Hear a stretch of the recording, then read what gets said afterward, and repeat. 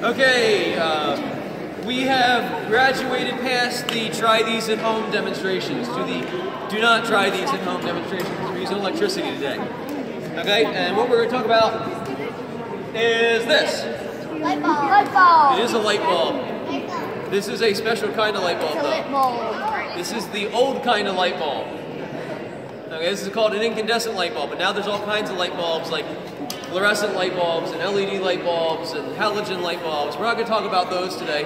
We can have a lesson on those some other time, but today we're going to talk about this. Because this is going to be a lesson for us in problem solving. Why?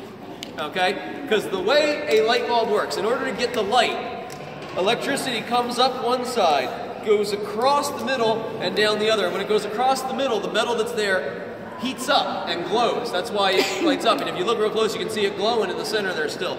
And I just blinded myself. Me too. The second time. Okay? So, that's how they got that to light when they're inventing the light bulb. But there's a problem.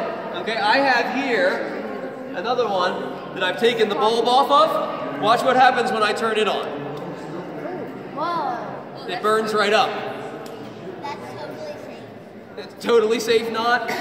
Okay, the reason it burns up is because when that metal there heats up, if there's oxygen around it, it burns, like you just saw. So what they had to do is they had to figure out a way to keep the oxygen away from that metal. That's why there's glass around your light bulb.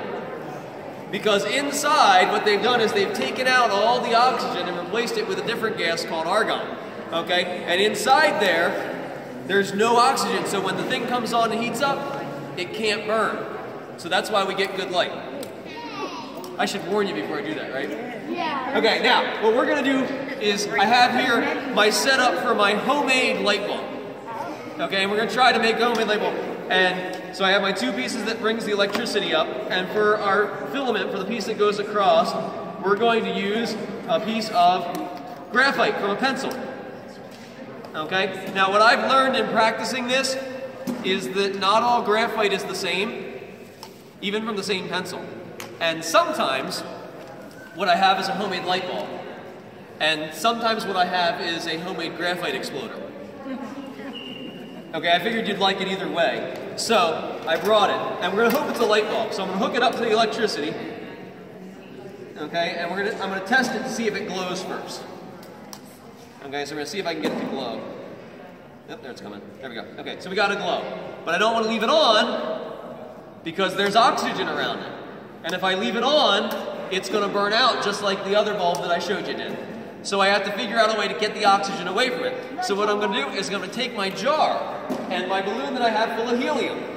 And helium's lighter than air, so I'm going to let it go, and it's going to put the helium into the jar and push the air out because helium's lighter than air.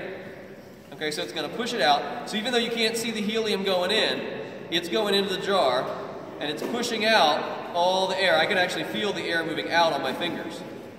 So if I do this carefully, eventually I will have a jar full of helium from the balloon, and all the air and all the oxygen will be pushed out. So there should be no oxygen in my bottle, in my jar. So now when I put it on here, I should be able to turn on my light bulb and have it work and glow for us a little bit because the oxygen's all gone. It won't burn up. Okay, and there we go.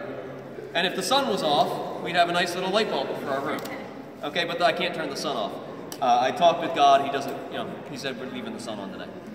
Now, I brought this in to show you because this is like us.